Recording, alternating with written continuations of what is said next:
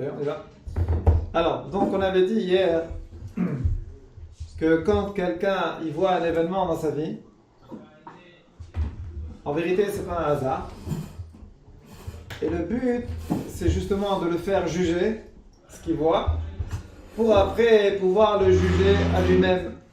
Parce qu'en vérité, l'événement qu'il voit ressemble beaucoup à ce que lui-même il a fait. C'est soit mamash, la même avéra, soit des fois des choses qui ressemblent, et pour savoir comment il va juger. Et quand il va juger, en vérité, il se fait son propre jugement.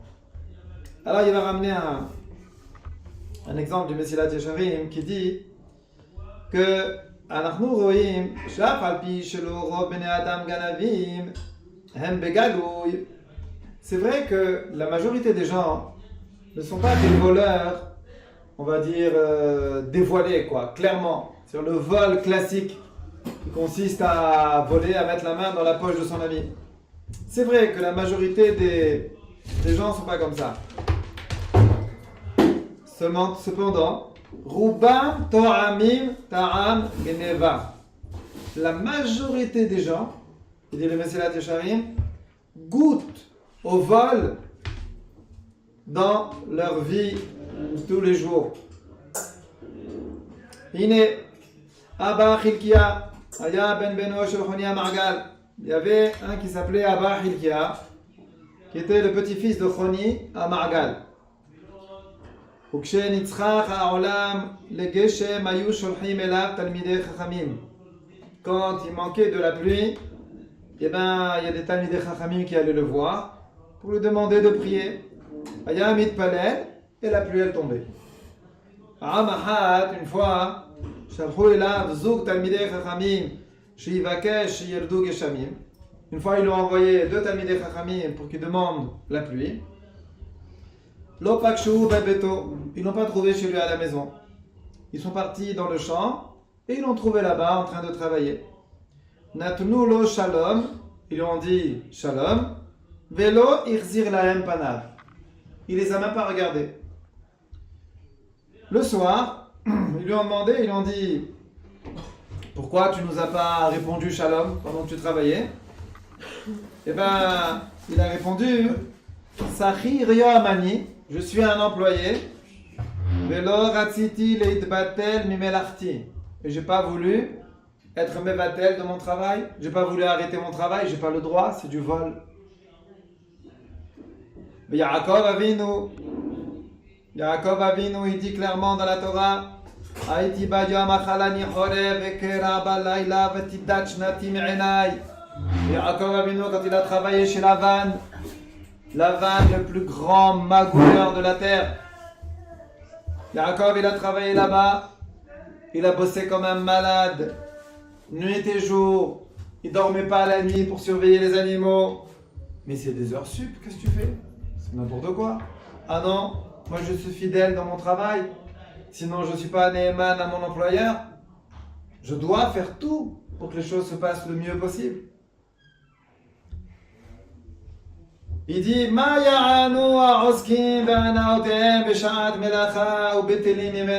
qu'est-ce qu'ils vont répondre? Les gens, quand ils sont au travail, ils se laissent aller, ça papote. Ne parlons pas de bonjour, on n'est pas au stade de dire bonjour ou pas. Des fois, ça part dans des discussions de malades dans les bureaux. Ça papote, ça discute, un petit coup de fil par-ci, un petit coup de fil par-là. Regardez jusqu'où ça va. Même si c'est une mitzvah que tu fais pendant ton travail, ça s'appelle du vol. Parce qu'il faut demander la permission au patron. Quand je travaille chez quelqu'un, eh ben, je suis complètement vendu à lui. Les heures de travail que j'ai dans ce boulot, je n'existe plus. J'appartiens à mon employeur. Je travaille de 9h à midi, de 4h à 7h. Pendant ces heures-là, je n'existe plus dans le monde. Mes mains, mon cerveau, mon corps appartiennent à mon employeur. Mitzvot, tfilat mincha, assour. interdiction formelle si tu n'as pas demandé la permission. Mais il est juif, il est religieux, il étudie la Gemara.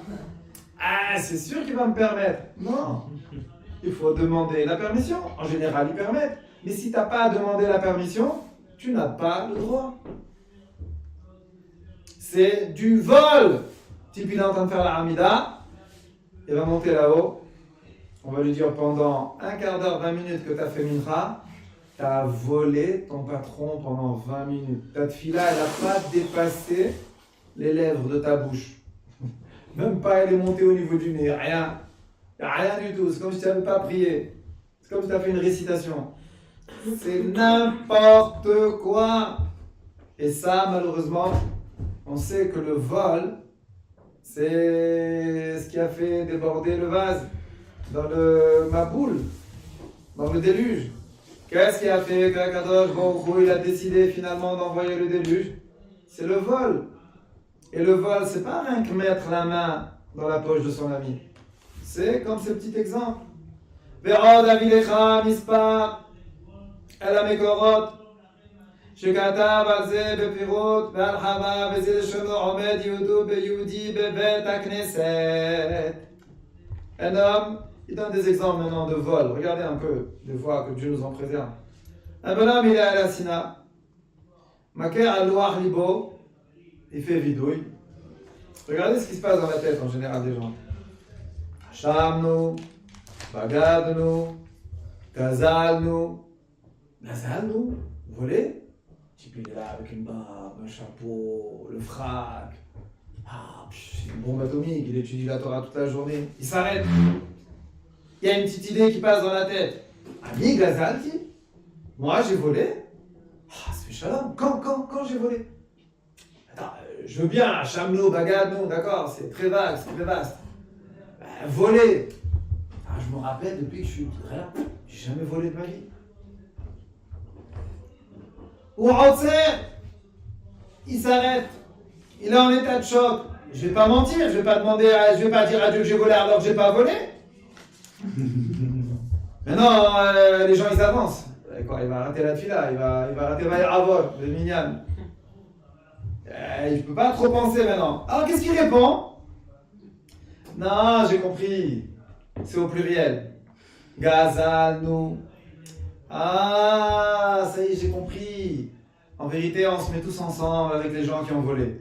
D'accord, c'est bon. Allez, d'accord, c'est pas pour moi. Ça va, ouf, j'ai eu peur. Ah, moi j'ai jamais volé, moi. Gazou. Comme ça, il continue. Alors, il dit pas ça, mais dans sa tête, la kavana, elle est comme ça. Eux, ils ont volé. Eux, ils ont fait ça. Et voilà. Kol Israël Alivim Zelazé, on est dépendants les uns des autres. Il calme là, Shotefet Tefilato. Après, il continue cette fila normale. Ça parle pas de moi. Ça va, moi je suis pas un voleur. Moi. Aven Keveda, une grosse pierre, il a enlevé de son cœur. La vérité, il a eu peur. On a un moment, faut pas exagérer. Et voilà, il continue toute la fila tranquille. Aval, Batkol, Rona, Kenegdo, seulement le problème il est comme ça. C'est qu'Akadosh Baruch Hu, lui, sait exactement ce qui se passe. Et il y a une voix du ciel qui lui dit Ata Gazalta, Ata Hamasta, tu as volé, tu as pris de force des choses aux gens. Et là, chez Medouchen, on est Gratzmi, Zéna, Shomia, Davar, seulement le bonhomme il n'entend pas. Il veut pas entendre. Car la voix du ciel, c'est pas tout le monde qui l'entend. Vous savez qu'il y a une voix du ciel qui sort tous les jours de Sinaï et qui dit ah, malheur à ceux qui étudient pas la Torah. On l'entend, vous l'entendez? Non, on l'entend pas. Il faut être raoui pour l'entendre. Il faut être apte. Et bien même cette voix qui dit c'est toi qui as volé, on l'entend pas parce qu'on n'est pas apte à cela. Il est tellement sûr de lui que c'est pas lui qui a volé. Qu'il continue sa vie comme ça et il pense que c'est un gros tzaddik.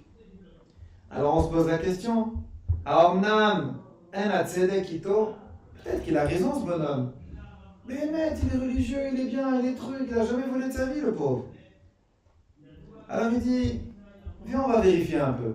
Qu'est-ce qui se passe dans la vie de tous les jours? Et on va voir. Exemple, une secrétaire dans le bureau.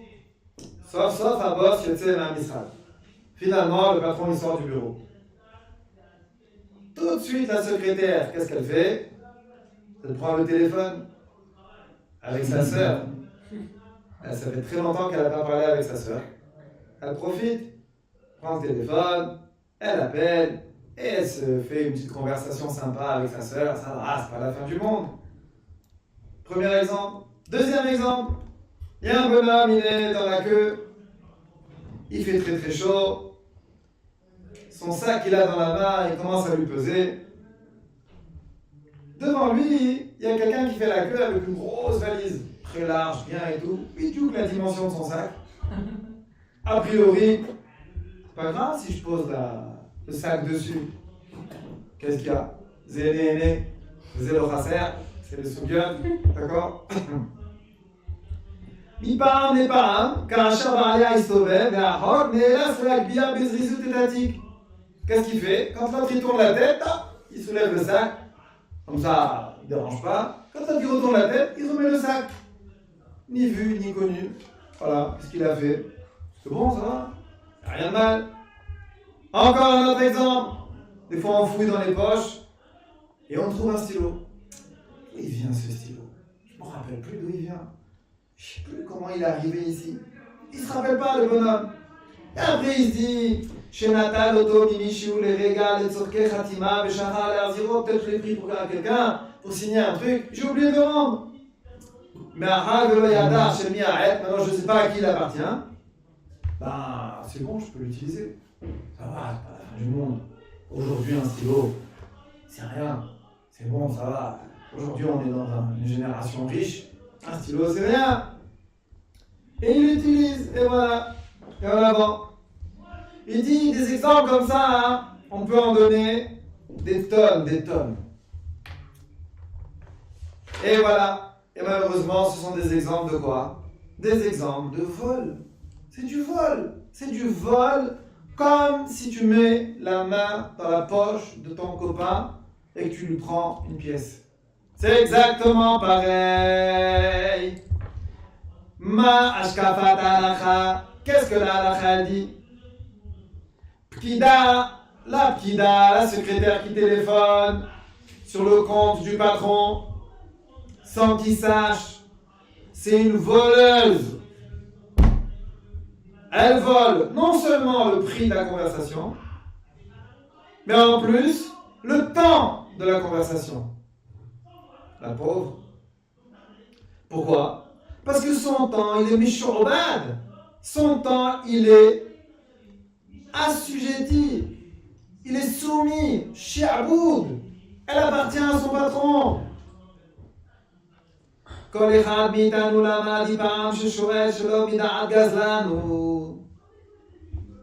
On a appris, non, à la yeshiva, emprunter sans l'autorisation, sans que la personne soit au courant, c'est du vol. Je rentre dans une chambre, je vois un petit déodorant sympa. Oh, un petit pchit.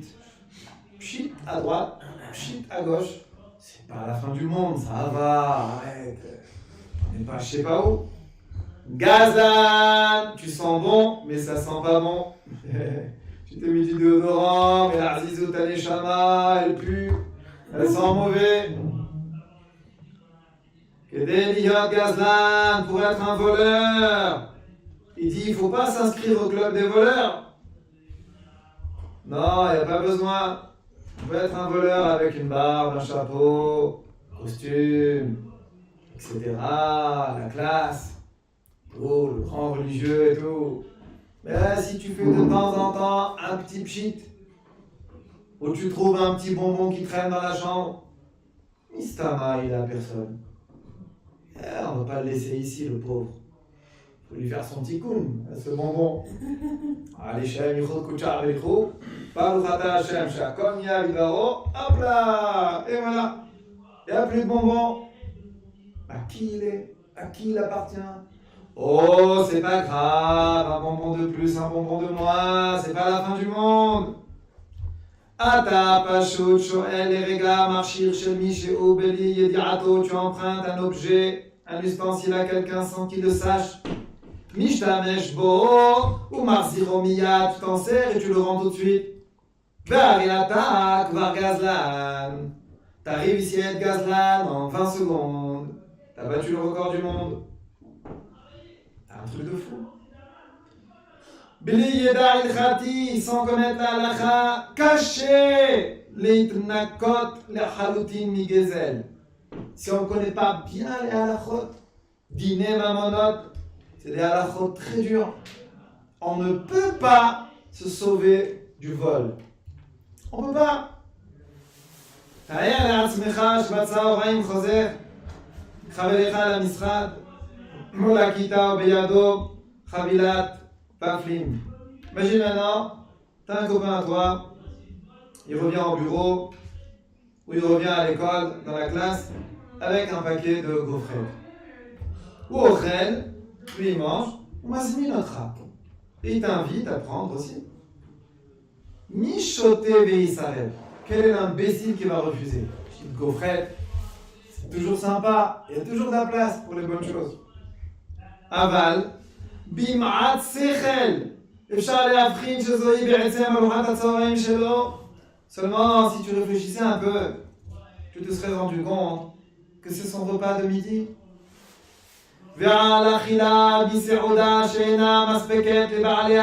Écoutez bien, quand tu manges une serouda qui n'est pas suffisante pour son propriétaire, c'est marqué dans la Gemara, Avak Gezel.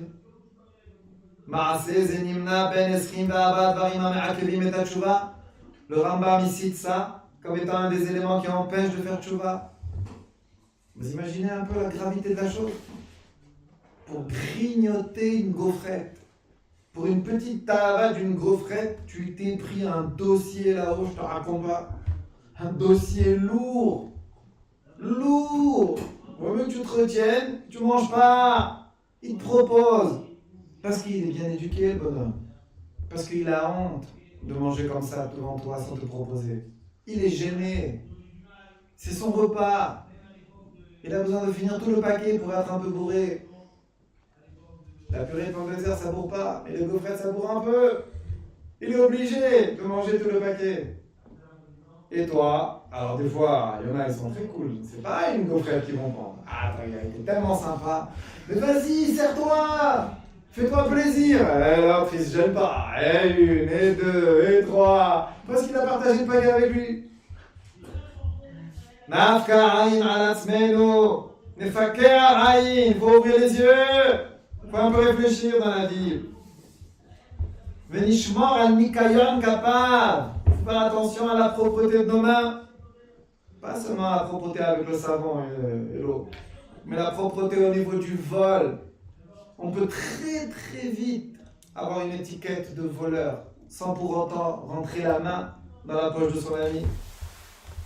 Arelanu, shekasher dan echova et chavero, ou dan et atzmo. Alors maintenant on revient à nos moutons.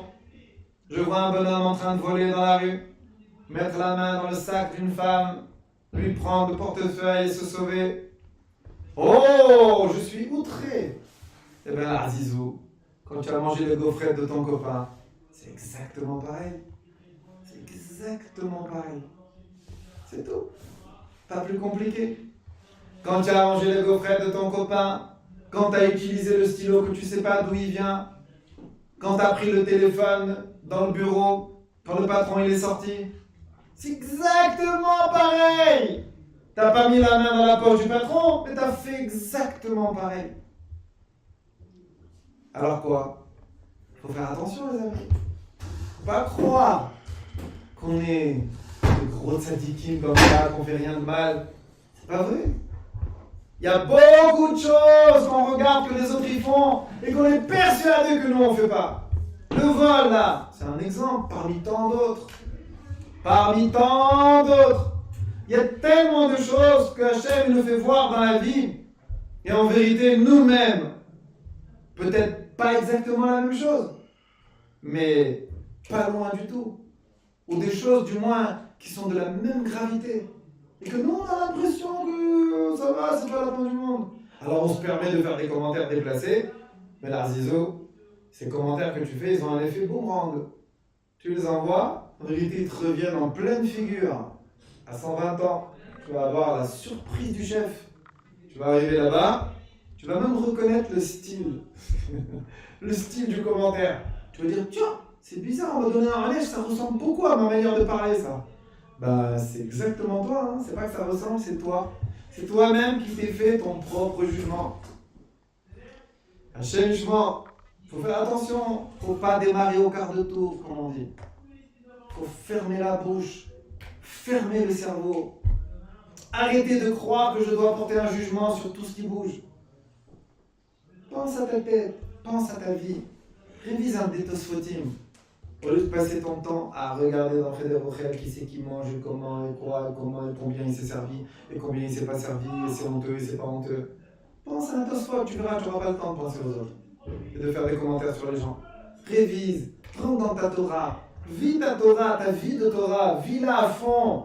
Tu verras, tu n'auras pas le temps de faire des commentaires sur tout le monde. Pourquoi? Parce que c'est trop dangereux, les amis. On joue avec le feu. On joue avec le feu quand on fait des commentaires. C'est hyper dangereux. Ça se retourne contre nous. C'est pas de la rigolade, attention, hein, c'est pas des contes. Hein. C'est le Hémet, hein, c'est la vérité absolue. Rien זה מסביר בספר תורת יחיאל. ואיש כי ייתן מום בעמיתו, כאשר עשה כן יעשה לו. C'est marqué dans la Torah que ואיש כי ייתן מום בעמיתו, quelqu'un qui va créer un défaut chez l'autre, כאשר עשה כן יעשה לו. Comme il a fait, on va lui faire. שבר, תחת שבר, cassure, en contrepartie d'une cassure, etc. Et dans Torah Yeriel, il demande la question.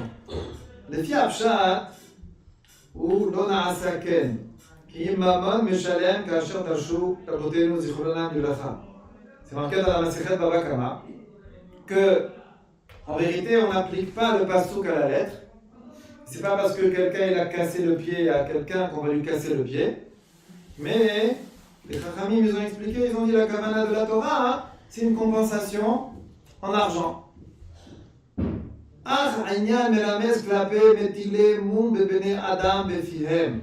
Il dit la Torah Tirchienne, il dit en vérité, ici la Torah, elle est là pour nous faire un remèze, une allusion aux gens qui malheureusement mettent des défauts sur les gens avec leur bouche.